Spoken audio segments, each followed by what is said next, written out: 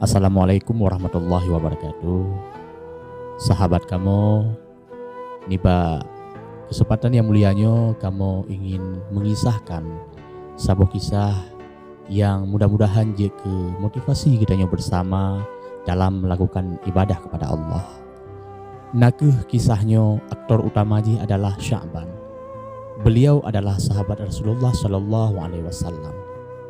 Beliau kelakuan unik dalam ibadah, yaitu sabi-sabi giat jamaah, kemudian tempat yang gecok di masjid untuk berjamaah pun yang adalah tempat yang jarang urung pelaku.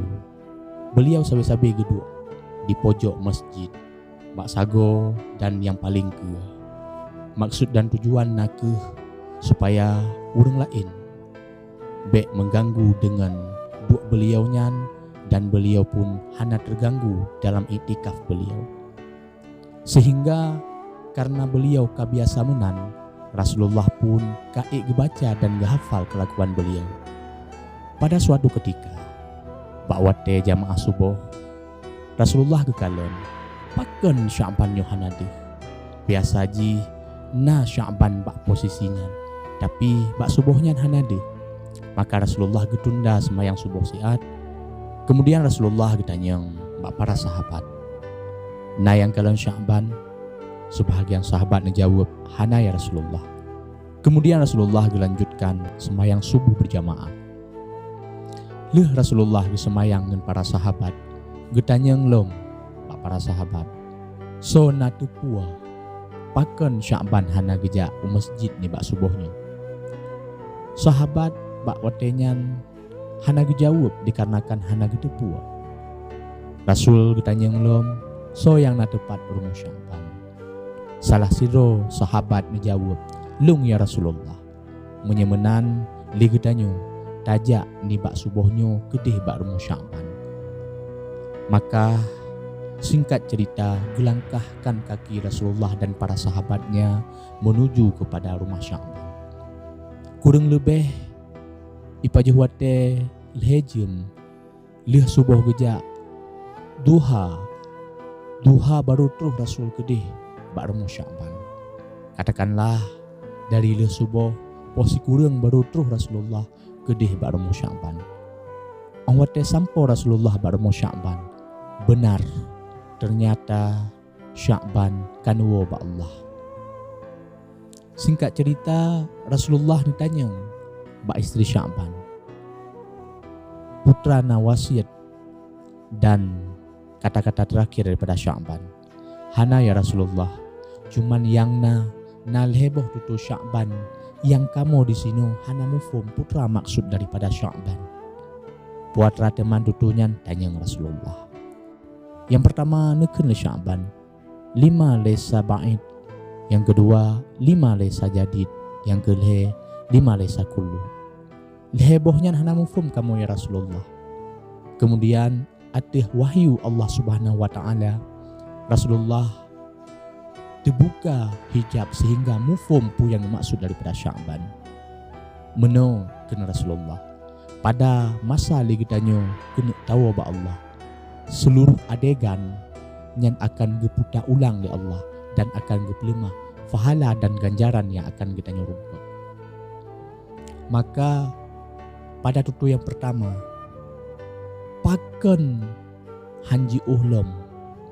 Maksud daripada tutu Sya'ban paken hanji uhlom, karena bak masa udip Sya'ban getempuh wate kurang lebih lejem untuk gejak ke di masjid yang adalah jarak yang jauh. Akan tetapi wate Sya'ban kena wabak Allah gepelemah fahala daripada langkah-langkah Sya'ban menuju masjid untuk sembahyang. Maka fahala tersebut wate gepelemah bak Sya'ban tebit su Sya'ban paken han lebih jauh lom ya Allah, karena andai lebih jauh sungguh lebih lelom fahala. Itu yang pertama. Yang kedua, paken han yang baru bak sabahuro Sya'ban wate nelangkahkan kaki genek jak ke di masjid merumpek bak watenyan sidro urang yang cukup gasian terlantar hana baje. Kebetulan bak masanya adalah musim dingin, di mana urang dipakai baju kadang tu 2 lapis tapi urangnya hana baju. Dan kebetulan Sya'ban kepake bajai 2 lapis. Bajai yang baru di dalam, bajai yang duha di luar. Kemudian dengan ibanya, dengan ikhlasnya, Sya'ban nepusuk bajai yang tuhanyan kepada orang yang hana bajai tersebut. Orang watai lih gepusuk bajai tersebut, gerangkul gebah masjid sajan Sya'ban. Maka orang watai Sya'ban kena meninggai gepelemah li Allah adegan tersebut dan gepelemah pahala daripada mensedekah bajai kepada orang tersebut. Tebit su Sya'ban, ya Allah pakan yang han yang baru, pakan yang tuha ya Allah, karena degekalan Sya'ban kiban gebi pahala li Allah watai gebi bajai yang tuha. Namun andai gebi bajai yang baru, sungguh pahalanya lelem. Itu penyesalan Sya'ban yang kedua. Yang ketiga, 5 lesa kullu, pakan han mandum, pakan setengah. Karena bak sabah uro di ketika Sya'ban tinggal ke sarapan, terus siro pengemis. Pengemis tersebut dilaki sarapan bak Sya'ban, gebi dengan hati yang ikhlas. Sabah roti guit 2, sabah gelas susu guit 2. Kemudian bersarapan sama-sama. Ikhlas tak Sya'ban gebi, sehingga orang wate Sya'ban guna uwa ba Allah gepelemah pahala sedekah roti sikan dan susu sikan gelah. Buat tebik su Sya'ban, pakan han mandum, pakan setengah lung sedekah. Padahal bak watenyan Sya'ban guna sedekah dengan ikhlas, cuman setengah kan mandum. Andai mandum sungguh lelong pahala, nyan keh leheboh penyesalan Sya'ban watai gena ba Allah watai reply ulang bandung adegan yang dilakukan di Sya'ban di masa udip kopnya.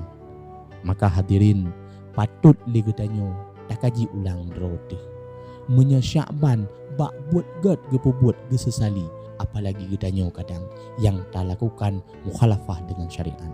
Maka mulai uronyo bejitlah kisah daripada Sya'ban sebagai motivasi supaya legetanyo bejai tak buat kebaikan dan benit tak buat kejahatan, bahkan bet tak buat. Karena watai tanyo dan uwa Allah bamandumnya akan bereply hanya penyesalan yang tinggal. Hadani Allah wa yakum ajmain. Assalamualaikum warahmatullahi wabarakatuh.